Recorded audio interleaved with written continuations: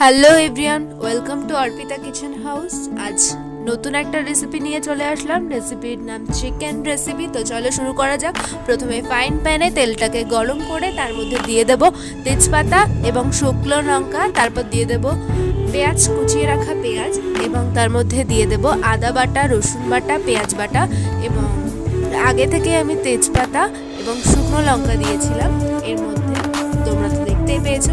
তো তারপর একে একে আমি চিকেনগুলোকে দিয়ে দেবো, এবং দিয়ে দেওয়ার পর ভালো করে ম্যারিনেট করে নিতে হবে এবং খেয়াল রাখতে হবে যাতে সেটা নিচ থেকে না পড়ে যায়।